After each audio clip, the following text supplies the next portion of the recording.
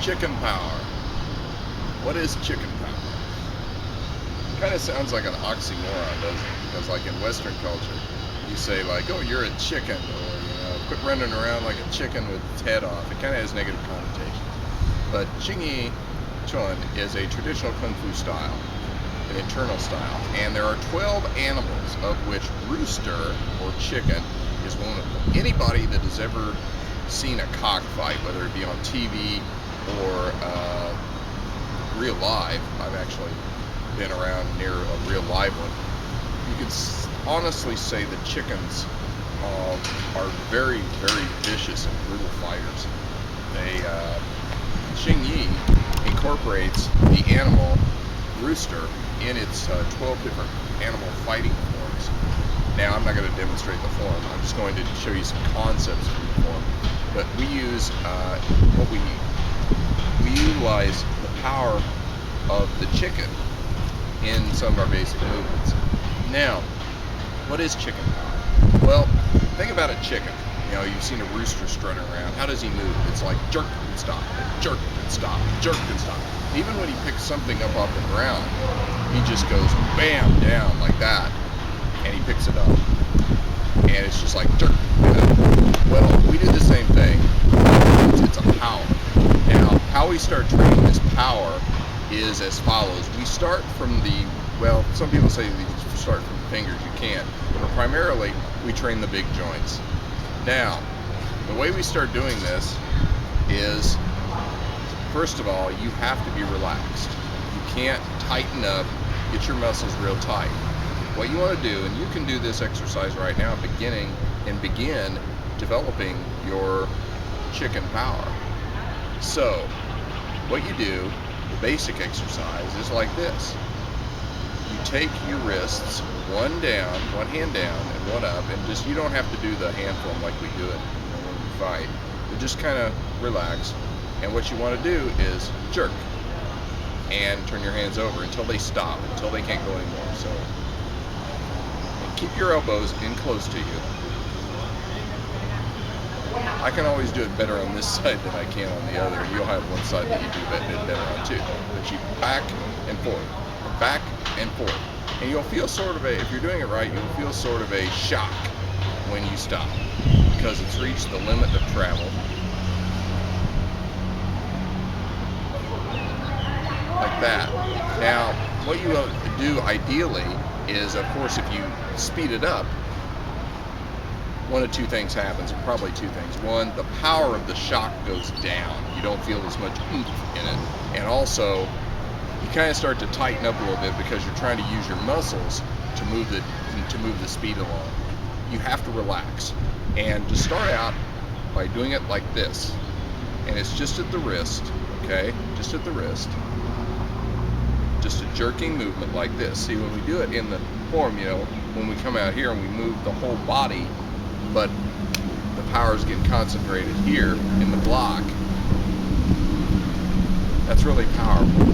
And as I'm going to show you, you start at the wrist and you move back, and that's what we're going to do now. Also, you don't just have to do alternating like this. You can do like that, okay? Just jerk, stop, jerk, stop, jerk, stop. And try to get a real strong, forceful stop. But you do it by relaxing, okay? Now, second stage, the whole arm. Now, to do this, you're going to have to round your shoulders like they should be. And you're going to, so,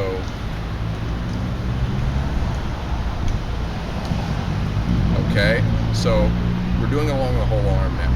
And you can do it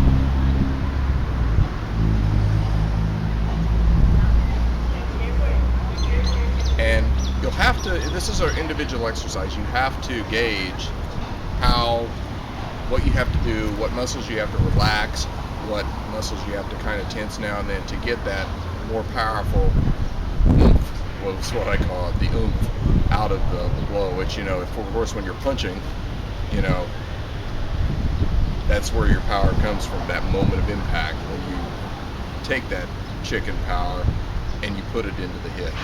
Okay, now you can work all your joints like this. Shoulders, you want to go back to the shoulders now. Okay, ready? And you do that by doing that. You can do them in any fashion you want, up and down. Now, I don't really recommend doing it up and down though, because there really is no application for the up and down. Now, when you get down here to the waist, you can do the same thing, and you can